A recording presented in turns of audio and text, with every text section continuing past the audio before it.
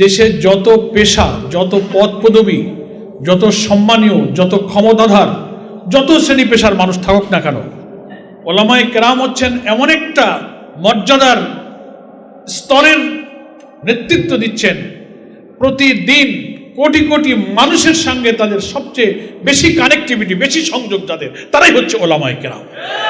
5 ওয়াক্ত মসজিদের নামাজ, জুমার নামাজ, ঈদের খুতবা, জানাজা, মজলিস, মাহফিল, ওয়াজ, সেমিনার, দ্বীনি আলোচনা, সেটা আপনি অনলাইনে বলেন, প্রযুক্তিতে বলেন, ইন্টারনেটে বলেন, সরাসরি বলেন, এত কোটি কোটি মানুষের সাথে সরাসরি সংযোগ কথা বলার মতো কোন শ্রেণী পেশা পদ পদবীর যত ক্ষমতা, আপনি রাষ্ট্রপতি, প্রধানমন্ত্রী বলবেন, সবচেয়ে বেশি চ্যানেল নেটওয়ার্ক হচ্ছে এই ওলামায়ে দ্বীনদের সঙ্গে জনগণের। যে ধরনের কথা বলে মানুষদেরকে ভিন্ন দিকে নিতে চায়, তাদের কথা কেউ শোনে না, তাদের কথা কেউ শুনতেছে না। দেখবেন, খেয়াল করেন, এখন অনেকে বলতে পারে রেসমাতুল আম্বিয়া, তারপরে সাহাবা, আদালতে সাহাবা, এই ইস্যুগুলি কেন আসলো? এগুলিতে আরো 50 বছর আগে সমাধান হয়ে গেছে। আজ থেকে 75 বছর আগে 1951 সালে পাকিস্তান, পূর্ব পাকিস্তান, এক দেশ ছিলাম না আমরা, পাকিস্তানের আলেমগণ সব মহলের 31 দফা ইসলামী শাসনতন্ত্রের দাবিতে প্রণয়ন করেছিল। খসড়া তৈরি করেছেন সাইদ আবুল আল মদদি রাহিমাহুল্লাহ, আর সেদের স্বাক্ষর করেছেন মুফতি শফি রাহিমাহুল্লাহ, সৈয়দ আবুল আল মদদি, মাওলানা সুলাইমান নদভী। সেখানে শিয়াদের প্রতিনিধি ছিল, আহলে হাদিসের প্রতিনিধি ছিল, সুন্নিদের প্রতিনিধি ছিল।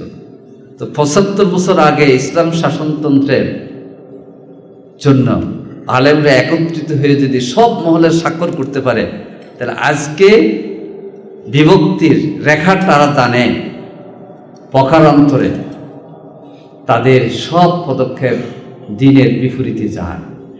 আলিয়া, কৌমি, আমরা আলাদা বিভেদ চাই না, আমরা এক হয়ে যেতে চাই। আলহামদুলিল্লাহ, ইতিমধ্যে কৌমির অসংখ্য আলেম আমাদের মাঝে এসেছেন। আমরা আশা করছি ধারাবাহিকতা চলবে। আগামী 2-4 বছরের ব্যবধানে দেখা যাবে ঠিক আলিয়া যত, জামাত ইসলামীতে কৌমিও তত, ইনশাআল্লাহ। এখন এই আলেমদেরকে দুটো কাজে আমাদের খেয়াল রাখতে হবে। একটা হলো আমাদের এক হতে হবে। দলিল, ইন্নাল্লাহা ইউহিব্বুল্লাযীনা ইউকাতিলুনা ফী সাবিলিহি সাফফান কান্নাহুম বুনিয়ানুম মারসুস। আরেকটা হলো আমাদেরকে নেক হতে হবে।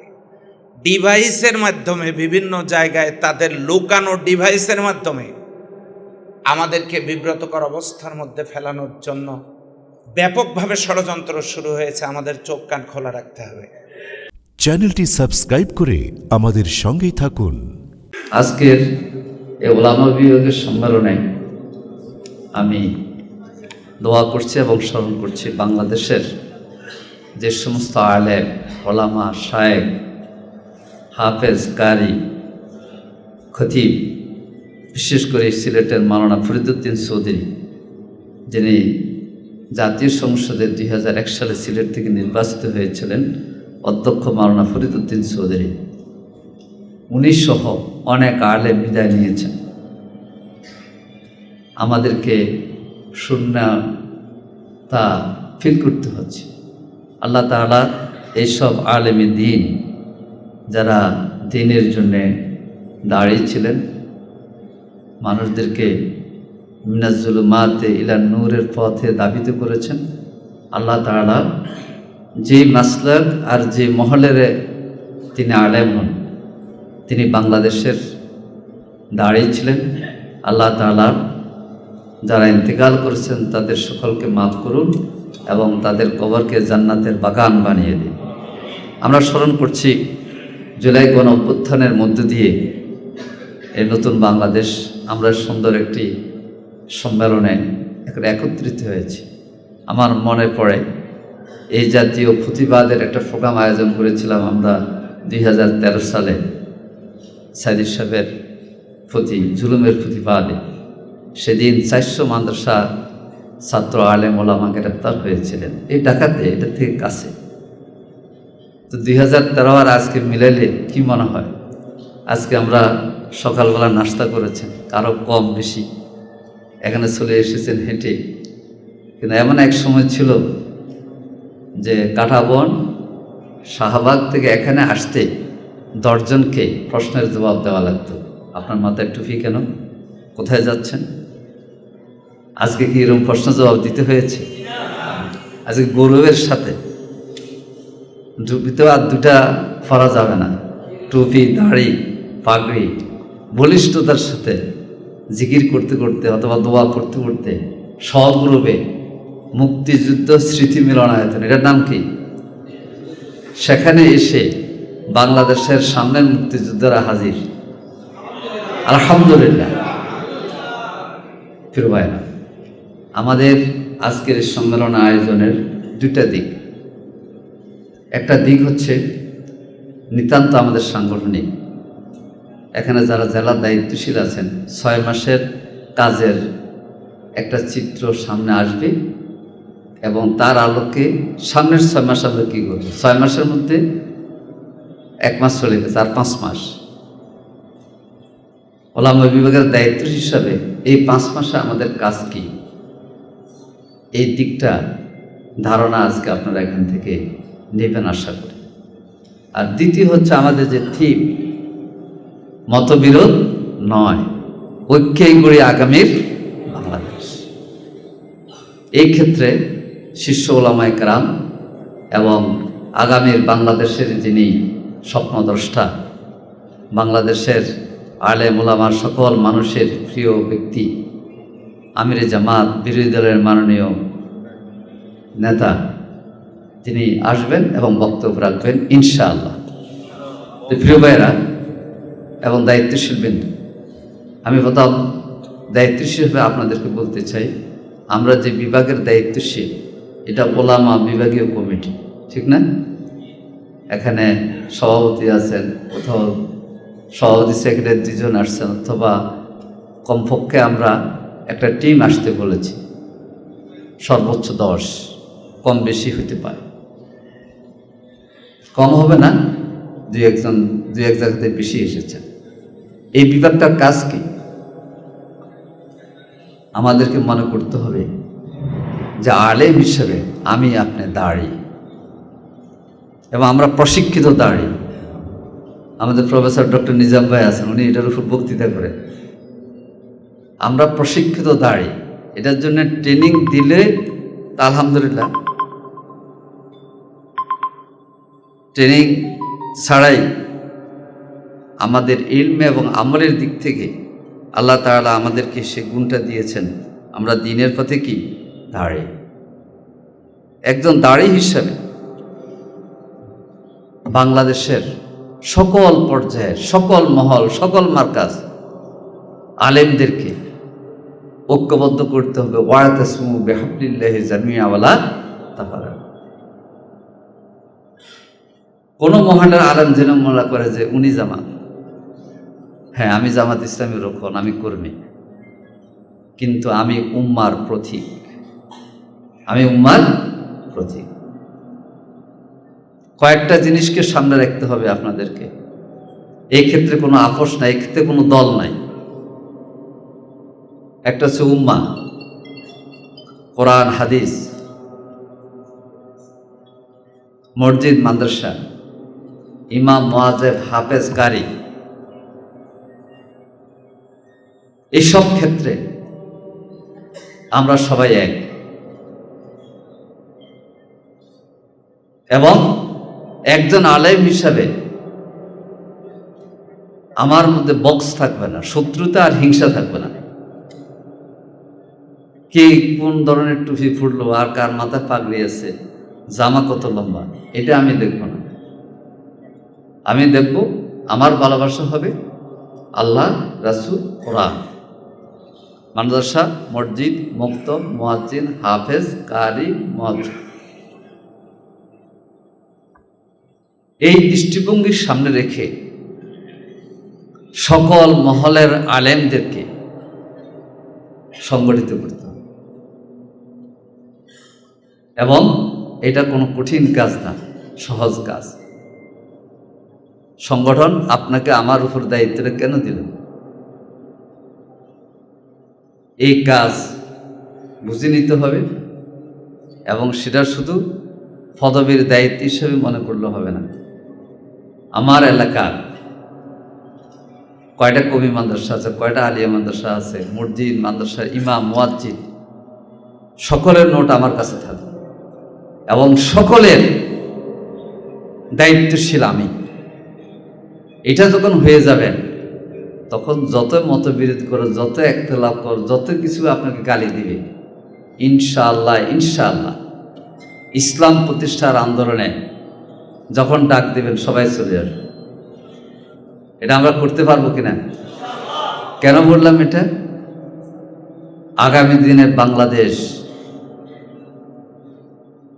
সম্ভাবনার বাংলাদেশ, এবং এই সম্ভাবনা হচ্ছে ইসলাম আদব আলোকে এ রাষ্ট্র গঠিত হবে। ছাত্ররা এটাই চেয়েছে, এই জন্য জীবন দিয়েছে। এখন যে ধরনের কথা বলে মানুষদেরকে ভিন্ন দিকে নিতে চায়, তাদের কথা কেউ শোনে না, তাদের কথা কেউ শুনতেছে না। দেখবেন, খেয়াল করেন, এখন অনেকে বলতে পারে রেসমাতুল আম্বিয়া, তারপরে সাহাবা, আদালতে সাহাবা, এই ইস্যুগুলি কেন আসলো? এগুলিতে আরো 50 বছর আগে সমাধান হয়ে গেছে। আজ থেকে 75 বছর আগে 1951 সালে পাকিস্তান, পূর্ব পাকিস্তান, এক দেশ ছিলাম না আমরা, পাকিস্তানের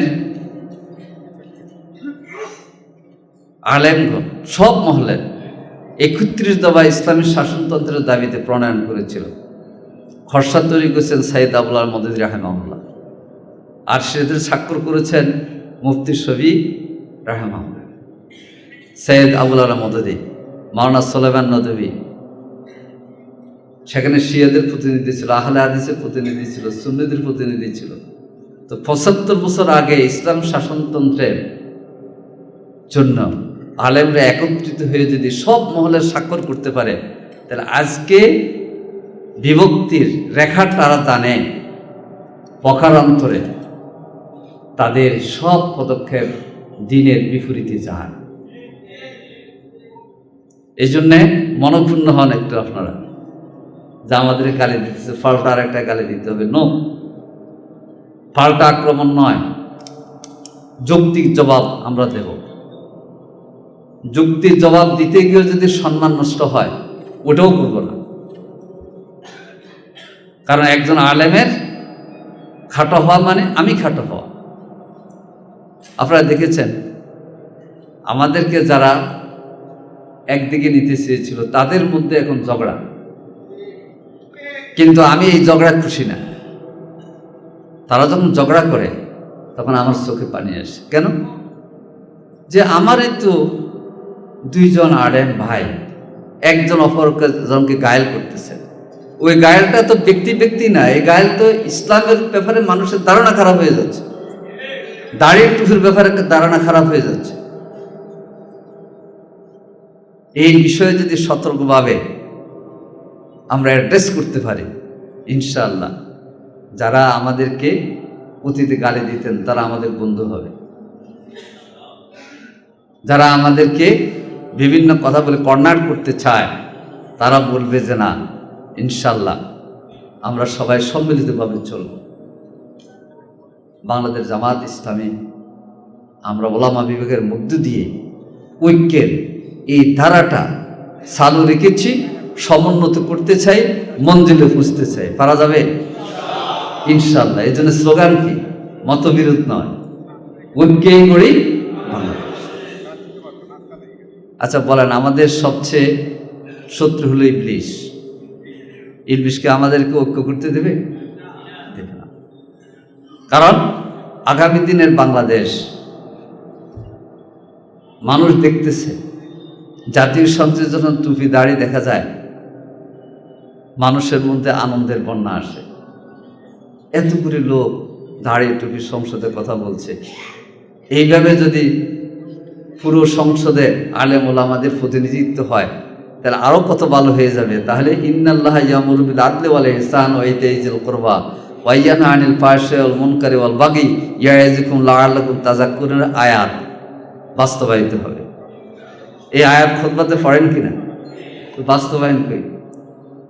আল্লাহ ওয়াফিকনা, আল্লাহ তৌফিক দান করুক লিতাসিস আহকামিস সুন্নাহ আল কোরআন। খুতবাতে যদি এগুলি মুখের কথায় আসবে না, হ্যাঁ ওই দোয়া বাস্তবায়িত হবে যখন সৎ দাড়ি টুপিওয়ালাদের প্রতিনিধিত্বের সংসদে আরো বেড়ে যাবে।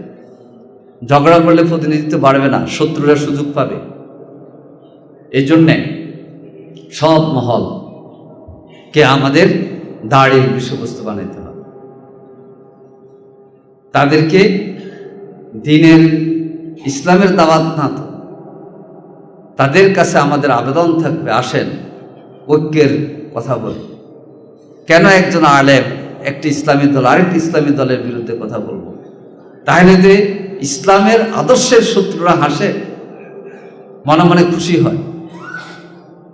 প্রিয় ভাইরা, এখন থেকে শুরু হয়ে আমাদের প্রোগ্রাম আশা করি আমরা দুপুরের আগে শেষ করব। আমির জামাতা আসবেন, আমাদের আরও মেহমান আমরা দাওয়াত দিয়েছি, অন্যান্য আরও প্রোগ্রাম আছে। আমাদের একজন ভাই শাহাদাতের খবর আমি পেয়েছি, এতদিন আহত ছিলেন সালাউদ্দিন, বগুড়া গাইবান্ধার, সেটা জানাজার বিষয়ে কথা বলতেছিলাম আমির জামাতের কাছে। তো এই জন্যে আমরা আশা করি এই প্রোগ্রামের মধ্য দিয়ে আমরা ঐক্যের বার্তা দেব ইনশাআল্লাহ। একতলাফ নয়, একতলাফের অর্থ বিভেদ, আমরা এটা লিখিনি, আমরা লিখছি মতবিরোধ। একতলাফ হবে, হইতে পারে, কিন্তু মতবিরোধ করব না, মতবিরোধ করব না। একতলাফ হবেই। একতলাফ না হলে হানাফি শাফি হাম্বলি কি জন্য হয়েছে? আমাদের ইমামরা তো একে অপরকে গালি দেন নাই, তো আমরা কেন এখন গালি দিচ্ছি? এটা তো শিক্ষা না। আলহামদুলিল্লাহ, আশা করি ঐক্যের অঙ্গীকারে আমরা এগিয়ে যাব, বিজয় আমাদের আসবে ইনশাআল্লাহ।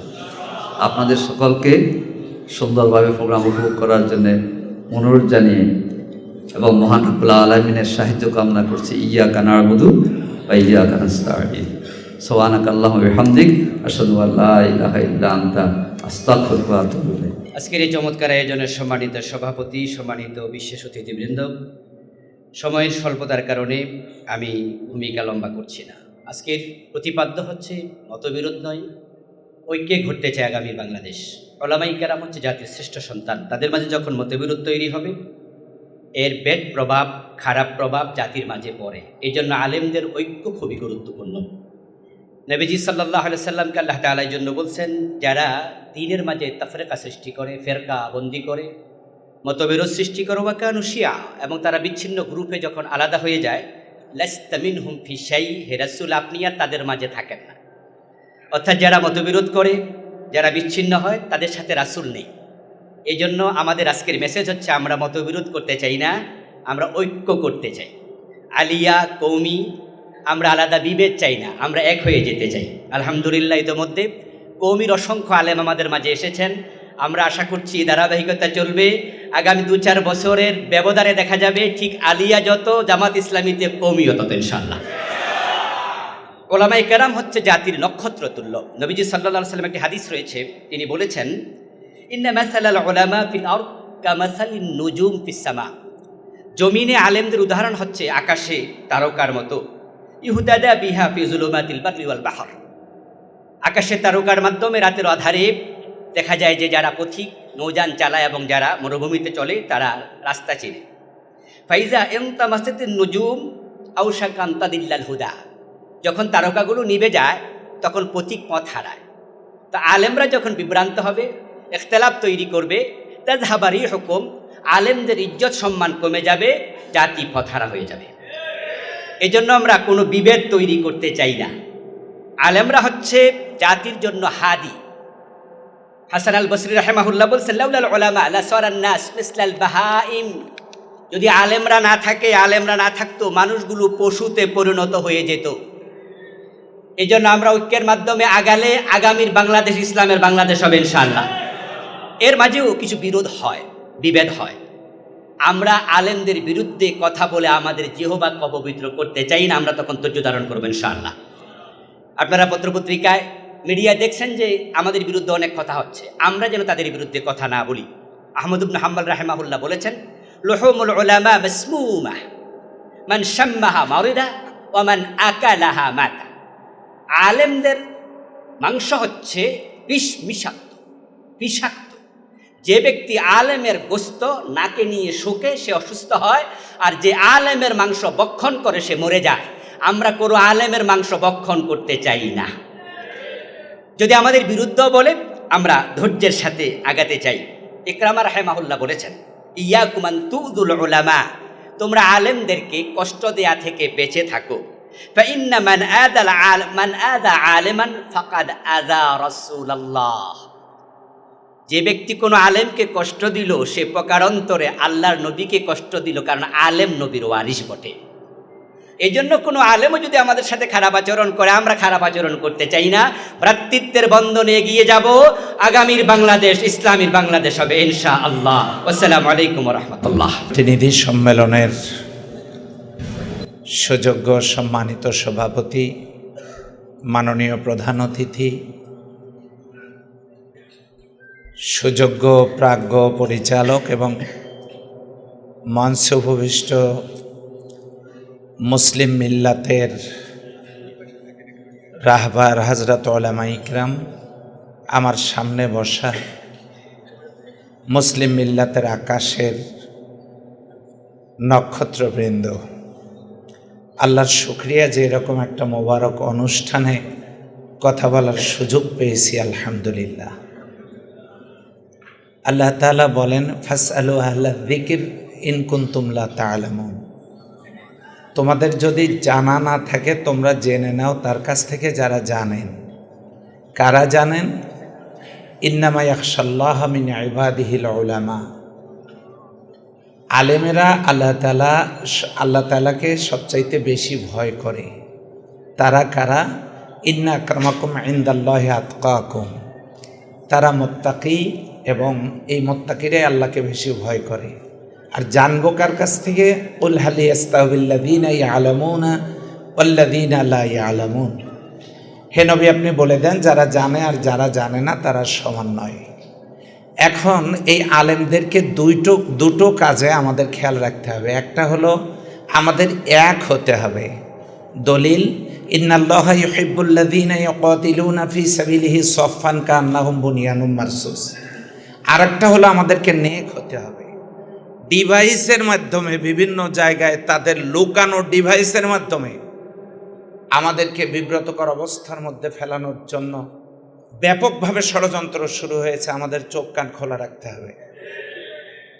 একটা কথা বলেই শেষ করব। সংসদের ভিতরে আছি, আগামী সংসদে আপনারা দেখতে পারবেন মাননীয় বিরোধী দলীয় নেতার যে ভূমিকা সংসদে হবে, জাতি আরও আশাবাদী হয়ে উঠবে ইনশাআল্লাহ। এবং ভিতর থেকে যে মেসেজ আমি আপনাদেরকে দিতে চাই, ওই সংসদ আলেমদের জন্য প্রস্তুত হয়ে আছে। আপনারা এ জাতির নেতৃত্ব নেওয়ার জন্য, নেতৃত্ব দেওয়ার জন্য প্রস্তুতি গ্রহণ করতে রাজি আছেন কি ইনশাআল্লাহ? ওয়ালা তাহিনু ওয়ালা তাহজানু ওয়া আনতুম লা আলাউনা ইন কুনতুম মুমিনিন। আল্লাহ আমাদের বিজয় দান করুন। সংসদের ভিতরে, সংসদের বাইরে আমাদের সাথে কারো কোনো দ্বন্দ্ব থাকবে না, তবে অন্যায়ের সাথে আমাদের কোনো আপোষ থাকবে না। আমরা যেন সকলে দায়িত্ব পালন করতে পারি। আল্লাহ আমাদের সকলকে নিজ নিজ দায়িত্ব পালনের জন্য কবুল করুন। আমার জন্য দোয়া চাই। আসসালামু আলাইকুম ওয়া রাহমাতুল্লাহ। মহান আন্দোলনের সংগ্রামী নেতা, আমাদের প্রিয় নেতা ডক্টর শফিকুর রহমান, সম্মানিত নেতৃবৃন্দ, মুআজ্জাজ উলামায়ে কেরাম, সারা দেশ থেকে আগত আমার এই ওলামা প্রতিনিধি, প্রিয় দিনী ভাইরা, আমাদের জন্য আল্লাহ তাআলার তরফ থেকে এটা করুণা, দেশের রাজনৈতিক অন্তত এতটা পরিবর্তনের সৌভাগ্য আল্লাহ তাআলা এই জাতির এই উম্মার মাঝে দিলেন যে আমরা অন্তত এরকম একটা পরিবেশে মিলিত হয়ে আমাদের কর্তব্য নির্ধারণের জন্য একটু একত্রিত হওয়ার সুযোগ লাভ করেছি, আলহামদুলিল্লাহ।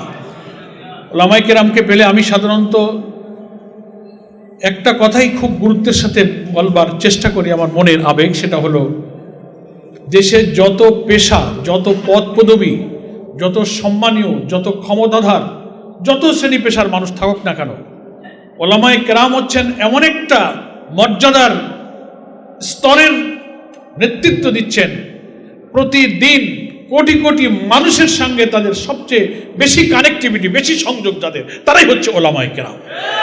5 ওয়াক্ত মসজিদের নামাজ, জুমার নামাজ, ঈদের খুতবা, জানাজা, মজলিস, মাহফিল, ওয়াজ, সেমিনার, দ্বীনি আলোচনা, সেটা আপনি অনলাইনে বলেন, প্রযুক্তিতে বলেন, ইন্টারনেটে বলেন, সরাসরি বলেন, এত কোটি কোটি মানুষের সাথে সরাসরি সংযোগ কথা বলার মতো কোনো শ্রেণী পেশা পদ পদবীর যত ক্ষমতা, আপনি রাষ্ট্রপতি, প্রধানমন্ত্রী বলবেন, সবচেয়ে বেশি চ্যানেল নেটওয়ার্ক হচ্ছে এই ওলামায়ে দ্বীনদের সঙ্গে জনগণের।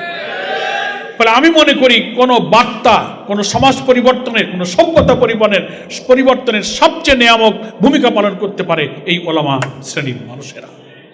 তাই আসুন, ইসলামের মৌলিক শিক্ষা, ইসলাম সম্পর্কে যে বিভ্রান্তি সমাজে ছড়ানো হচ্ছে, ফরিজায়ে ইকামতে দ্বীনের ব্যাপারে এখনো মানুষের মধ্যে যে ভুল ধারণা আছে, এই সব কিছুর বেড়াজাল ছিন্ন করে আমাদের স্বপ্নের বাংলাদেশ গড়তে, আল্লাহ তাআলার দ্বীন বিজয়ের সংগ্রামের দিকে এই ছোট্ট আমাদের প্রিয় ভূখণ্ড, জন্মভূমি বাংলাদেশের মানুষকে আমরাই ঐক্যবদ্ধ করতে পারবো ইনশাআল্লাহ। আজকের এই প্রতিনিধি সম্মেলনে এখান থেকে সেই বার্তা নিয়েই আমরা সব জেলায় ছড়িয়ে পড়ব। আমির জামাতের এই বক্তব্য, এই আগমন আমাদেরকে সেই প্রাণ শক্তি, সেই প্রেরণা, সেই অনুপ্রেরণার উৎস হিসেবে ইনশাআল্লাহ এই প্রতিনিধি সম্মেলনে কাজ করবে। আল্লাহ আমাদেরকে সেই তৌফিক দান করুন, আমিন। আমা তৌফিক ইল্লা বিল্লাহ। আসসালামু আলাইকুম ওয়া রাহমাতুল্লাহি ওয়া বারাকাতুহু।